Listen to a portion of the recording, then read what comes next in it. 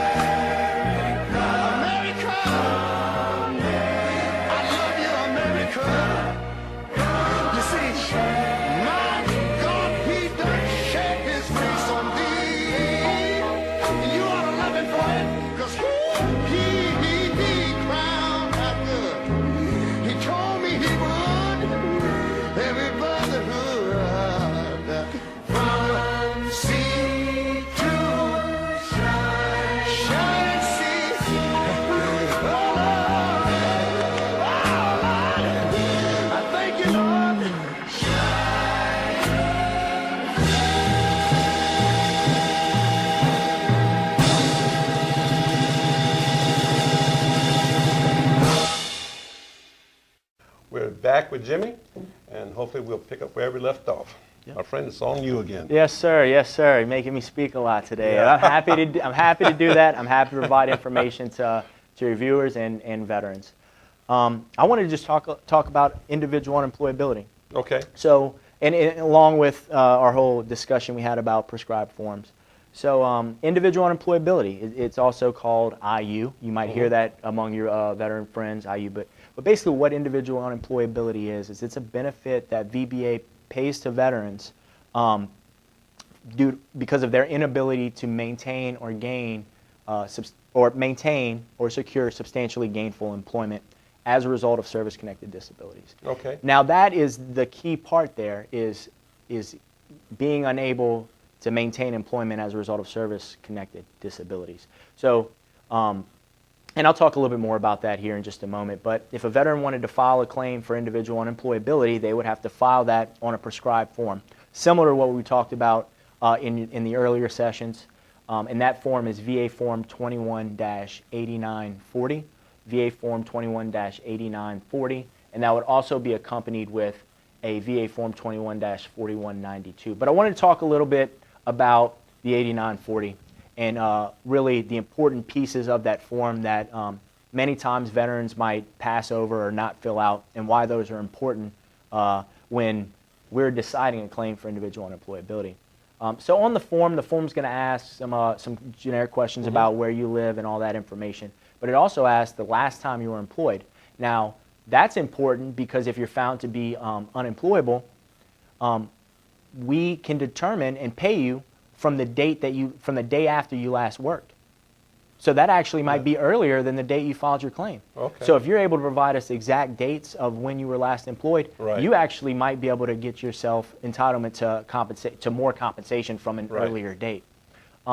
Another important area is the block in the middle left hand. I don't know the exact number. It's a lot of blocks, but it's the one that asks you what specific service-connected disabilities prevent you from maintaining employment. And it's important that you list the ones that you feel or that you feel prevent you from securing employment. And then another important place of the form is on the second page, where it asks you for information about your education and additional training. Now, that's important because when a VBA claims processor, particularly a decision maker, is looking at that form and evaluating and making a legal determination as to whether or not a veteran is entitled to individual unemployability, they may consider whether or not a veteran could obtain a career in another area. Now, for example, we have a veteran who might have a lifetime of construction experience but suffers from severe musculoskeletal disabilities or a mental condition that prevents them from employment, or what have you, and their education is shown to have never gone to college, or no type of specific trade that might let that employee go work in an office. So as a result, that veteran might be found to be deemed unemployable. Right. So again, that's why those areas are important. Again, listing the date you last employed. Also, be sure to indicate your level of training and education, and also be sure to list all the service-connected disabilities that would prevent you from securing or maintaining gainful employment. Now, after filling the form out, the way that we would process the claim generally is the disabilities listed that are stated to prevent gainful employment. We would get examinations to determine the level of severity of those conditions, and we would also ask a medical professional as to their opinion as to whether or not those conditions and those conditions alone preclude a veteran from getting employed. And if that determination comes out favorable, along with all the body of evidence, that's how we would be able to determine and render a veteran to be deemed IU, unemployed, individual unemployability. Now, when a veteran is established with individual unemployability, that veteran would then receive compensation at the 100% rate. So it would be as if, we call that term total. Total, yeah. Right, totally disabled. Now, if a veteran were to return to work, IU would be discontinued. And when I say discontinued, I'm just saying that they would no longer receive payment at the 100% rate. Right.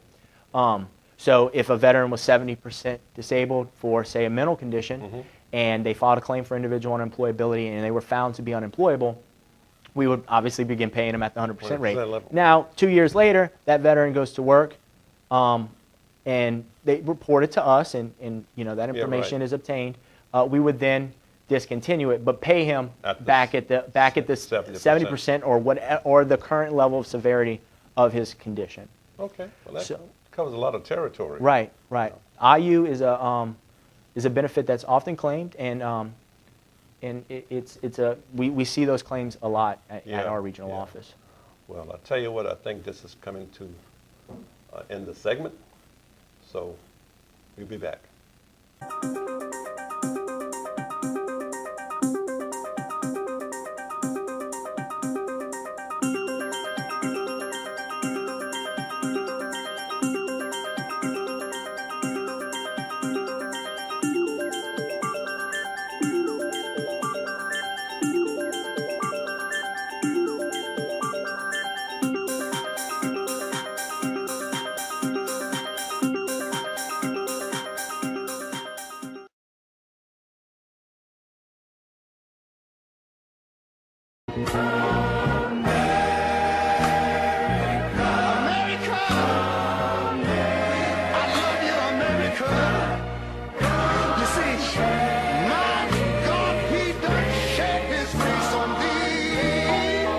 You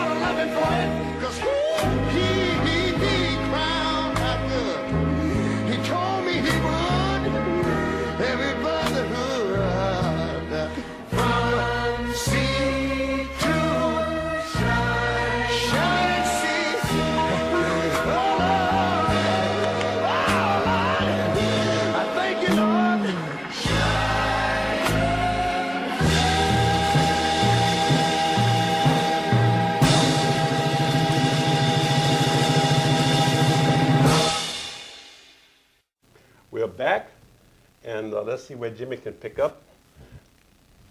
Nice to see you again, partner. Nice to see you, man. Nice to see you. It's been All a right. pleasure. Let's talk about, you were talking about IU, I think. Yeah, You started off in that area. Right, yeah. I just wrapped up IU when we were leaving, but again, I just want to kind of recap on that and then move into to what we call some ancillary benefits and also stay along those lines that we've been discussing with the prescribed claims form. So again, IU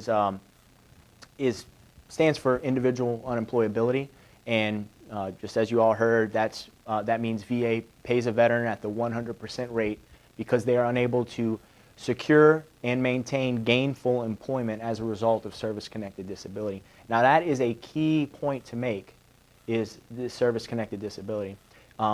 What we see happens a lot or a reason why IU may be denied for a veteran is because it's a non-service connected disability that prevents employment. Okay. So a veteran might be a combination of both service-connected and non-service connected disabilities that prevent them from being employed. But if it's not solely due to the service-connected disability, entitlement to individual unemployability cannot be established. And we were also drawing a distinction between that if a veteran is granted IU and returns to work, IU would then be discontinued. Okay. But all that means is they would no longer be paid at the 100% rate. They would be being paid at what they were originally service-connected at. But when I think about IU, a lot of times these things or conditions where veterans are paid at the 100% rate or even rated 100% based on their service-connected disability, I wanted to bring up a common ancillary benefit, and it's an education benefit. So veterans that are paid at the 100% rate or service-connected for 100% disabling for a disability, and there's no likelihood of improvement, that's what we call or determine a veteran to be permanent and total. Right, right. Meaning no room for improvement, the permanent part, the total, 100%. Now, in other words, you can't work, okay? Right, exactly. Yeah, according to the way that we pay compensation, you can't work. Well, when that happens, veterans are entitled to additional benefit. So it's called Chapter 35 DEA Dependents Education Assistance, and that's an educational benefit that veterans are entitled to. And that's what we call an ancillary benefit. And I kind of wanted to segue a little more into some other ancillary benefits that we call, that when I say ancillary benefits, this is more of an inferred issue than an ancillary benefit, but I did want to cover it, and that's called Special Monthly Compensation, or SMC. Okay. And that's actually additional compensation on top of what a veteran already might be receiving. So a lot of folks think that 100% is the most compensation that a veteran can receive or be paid at, Right. when in fact you can actually receive additional compensation for SMC, and those monies are awarded for veterans whose conditions are render them far more than just unemployed, but far more severe. Maybe, for example, they might have loss of use of a foot, loss of use of a creative organ, loss of use of a hand, or a combination of those things, blindness. These things render veterans more than just unemployed, but really require assistance with some of the activities of their daily living, or confine them to their homes. So VBA offers those, or pays those veterans at a higher compensation rate. And in fact, along the lines of, as I mentioned, the prescribed form, veterans can actually apply for special monthly compensation. And that standardized form to make that claim is the VA Form 21-2680. Again, that's VA Form 21-2680, and that's how a veteran could file a claim for special monthly compensation. And generally, those two types of claims, and I would encourage you to look at them, are special monthly compensation claims for what we call aid in attendance, where veterans, as a result of their service-connected disabilities, are so disabled or so impaired that they require assistance with the activities of daily living. Veterans would be entitled to that, and that's, again, additional compensation. Another one is statutory housebound, where veterans, or excuse me, not statutory, but housebound, where veterans are basically housebound. Right. You would receive additional compensation. And also another benefit, and we call this an inferred benefit because claims processors are required to look for this, but if a veteran has a single 100% disability and their additional disability is combined to a certain rate, then they're entitled to what we call statutory housebound, where we would automatically grant housebound, just they would get that additional compensation. And we also do that for other, anytime we're evaluating a disability and it arises to a certain level, we infer and identify their entitlement to special monthly compensation. But I did want to draw the distinction that veterans can themselves apply for special monthly compensation by submitting that on the 21-2680. So technically, when some of these claims, they can receive 150%? Well, It depends upon... it would never be a percentage. It's 100%. 100%. 100% is the max, but when you start to talk about the special monthly compensation rates, we figure out, based on the rates, what their monthly payment would be. And when we're talking about percentages, because I think that's a great point, because a lot of veterans come and say, I'm 110% or I'm 75%. Right. But actually, VA's rate tables, our rate tables range from 0% to 100%, and they go in increments of 10. Well, I tell you what, this is going to end the show for the second show of part 2. So hopefully we'll be back.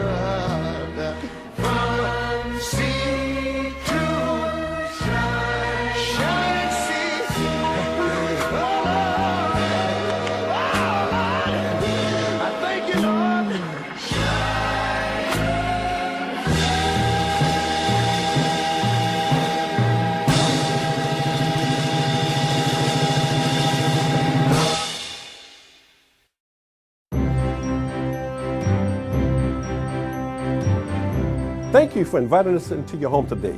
Please spread the word around about the Veterans Corner Show. I'm Greg Gagne. Call me at 315-3259. Thank you, and God bless America.